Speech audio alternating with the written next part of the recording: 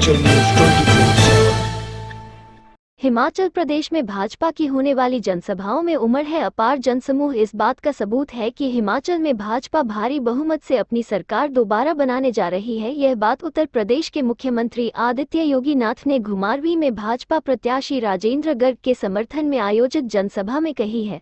उन्होंने कहा कि 8 वर्ष पहले तक भारतवर्ष को दुनिया में कहीं भी ज्यादा तवज्जो नहीं दी जाती थी। आज मोदी के प्रधानमंत्री बनने के बाद भारतवर्ष पूरी दुनिया में विश्व की 5वीं पैदान पर आ गया है। उन्होंने कहा कि कांग्रेस के राज में भ्रष्टाचार, माफिया राज, नक्सलवाद, आतंकवाद व अलगाववाद अपनी चरम सीमा पर था, लेकिन भाजपा की सरकार में इन सब पर काबू पाया गया है। उन्होंने कहा कि ये भाजपा की ही सरकार थी जिसने कोरोना काल जैसी आपातकालीन स्थिति में लोगों को फ्री टेस्ट, फ्री दवाएं, फ्री इंजेक्शन व मुफ्त राशन उपलब्ध करवाया। अगर उस समय कांग्रेस की सरकार होती तो वो ऐसा करने की बजाय इसमें भी लोगों से पैसा इकट्ठा करती। उन्होंने कहा कि जयराम ठाकुर के नेतृत्व में हिमाचल विकास के नए आयाम स्थापित कर रहा है। कश्मीर में अगर 370 धारा हटी तो वो नरेंद्र मोदी ने हटाई। आज अगर उत्तर प्रदेश में भव्य राम मंदिर का निर्माण हो रहा है वो भाजपा की देन है। उन्होंने कहा कि आज भाजपा सरकार हर गरीब को फ्री आवास, फ्री इलाज की सुविधा प्रदान कर रही है। इन सभी से यह साफ दिखता है कि भाजपा की डबल इंजन सरकार हिमाचल में ही नहीं बल्कि पूरे देश में विकास की गंगा बहा रही है। हमारी विधानसभा चुनाव क्षेत्र के चुनाव प्रचार के अंतर्गत आदरणीय योगी जी मुख्यमंत्री उत्तर प्रदेश आज यहाँ पर एक विशाल जनसभा को संबोधित करने के लिए आए थे और यहाँ पर जो अपार जनसमूह यहाँ एकत्रित हुआ है उसको देखकर सभी गदगद हुए और यहाँ कार्यकर्ताओं में भी जोश भरा गया और जनता में भी जोश भरा गया। और निश्चित रूप से डबल इंजन की सरकार का जो महत्व है उसके बारे में उन्होंने बताया और किस प्रकार भारतीय जनता पार्टी देश के लिए समर्पित है और देश सर्वोपरि है और आम आदमी की भूमिका, आम आदमी अपना मत किसी को विधायक बनाने के लिए नहीं बल्कि प्रदेश और देश की दिशा तय करने के लिए उनका मत होना चाहिए। इस प्रकार आदरणीय योगी जी ने भारतीय जनता पार्टी की जो कार्यकलाप हैं, जो देश की संस्कृति को संवर्धन करने के उन्होंने उदाहरण प्रस्तुत किए, निश्चित रूप से यहाँ की जनता उससे बहुत प्रसन्न हुई। बाह्य और आंतरिक सुरक्षा के मोर्चे पर आपने देखा होगा कांग्रेस ने तो देश को सदैव घाव दिए हैं। कहीं आतंकवाद के,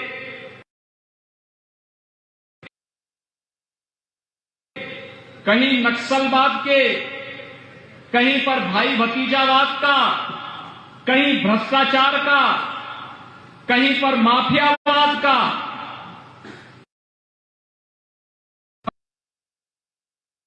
आतंकवाद की ताबूत पर अंतिम कील थी जब कश्मीर से धारा 370 को प्रधानमंत्री मोदी जी की दृढ़ इच्छा से समाप्त किया गया। आपने देखा होगा कि 1950 में जबरदस्ती जब भारत के संविधान का हिस्सा बना करके धारा 370 वह कश्मीर में आतंकवाद की जड़ बनी थी और आतंकवाद की जड़ केवल वही नहीं बनी थी भाइयों बहनों, उसके कारण पूरे देश के अंदर आतंकवाद पनपा था, पूर्वोत्तर के राज्यों में अलगाववाद पनपा था, नक्सलवाद उसके साथ साथ पनपता हुआ दिखाई दे रहा था। विगत 8 वर्ष के अंदर आतंकवाद अपनी अंतिम सांस गिन रहा है। अलगाववाद और उग्रवाद के लिए भी कोई जगह नहीं। एक सभी अपनी अंतिम सांसें गिन रही हैं और आज भारत बड़े बड़े इंफ्रास्ट्रक्चर के कार्यों के साथ जुड़ रहा है। हाईवे बन रहे हैं, मेट्रो बन रही है, एम्स बन रहे हैं, आईआईटी और आईआईएम बन रहे हैं। विगत 5 वर्ष के अंदर ठाकुर जयराम जी के नेतृत्व में हिमाचल प्रदेश विकास की इस नई ऊंचाई को प्राप्त कर रहा है, वो आज किसी से छुपा हुआ नहीं है। और इसलिए भाइयों बहनों, आप क्या हूं, अपने देश के लोगों का ख्याल कैसे रखा जाना चाहिए, अगर ये देखना है तो सामान्य दिनों में तो कोई भी बोल सकता है, लेकिन जब जीवन के लिए संकट का समय रहा हो तब अगर कोई देखभाल करता हो तो वही सच्चा हितैषी हो सकता है। और कोरोना जैसी महामारी सदी की सबसे बड़ी महामारी थी। भाइयों बहनों, कोरोना जैसी महामारी के दौरान आपने देखा होगा फ्री में टेस्ट, फ्री में उपचार, फ्री में वैक्सीन और फ्री में गरीबों को राशन भी उपलब्ध कराया था। ये सरकार की संवेदनशीलता, सरकार के द्वारा कुशल प्रशासन का उदाहरण है ये। आप मुझे बताइए, अगर एक कांग्रेसी होते टेस्ट का पैसा खा जाते, वैक्सीन बेच देते, राशन डकार जाते, गरीब देखता रह जाता, और यही होता था इनके शासनकाल में, यही होता था। मैं आपसे पूछना चाहता हूं, क्या कांग्रेस होती तो क्या कश्मीर से धारा 370 हट पाती? क्या कांग्रेस रहती तो कोरोना प्रबंधन का इतना अच्छा उदाहरण प्रस्तुत कर पाती? और मैं उत्तर प्रदेश से आया हूं, अगर कांग्रेस रहती तो क्या अयोध्या में भगवान राम का भव्य मंदिर का निर्माण का कार्य प्रारंभ हो गया होता?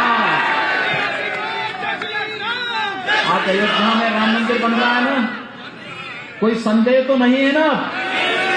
अब तो निर्माण कार्य देख रहे हैं ना, क्या ऊंचा आकार लेता जा रहा है। 2023 के अंत तक अयोध्या में भगवान राम का भव्य मंदिर का निर्माण हो जाएगा।